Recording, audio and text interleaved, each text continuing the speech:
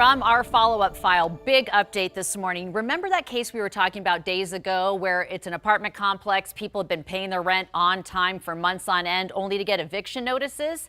Apparently the person they were handing their money over to was an employee of the apartment complex and also has been involved in a scam before.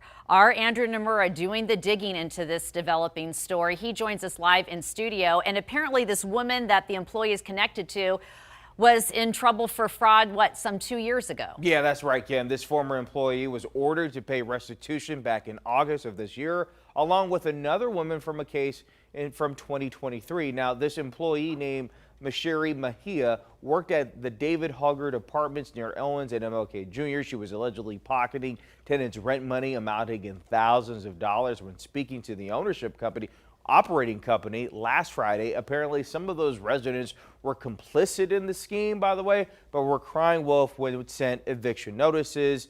We did ask the operating company. They said, hey, a couple of them did admit to the scheme and we're working with them at this current point. But Mahia, well, we looked it up, and she is actually in district court records. In August, she was sentenced to pay restitution with this woman, Mariela Meza. Meza was arrested in 2023 for fraud, accused of stealing money from multiple apartments in the valley. She would work as a manager and took tenant money orders and deposited those checks in bank accounts in her name. We asked the operating company, how could this former employee background slip through the cracks?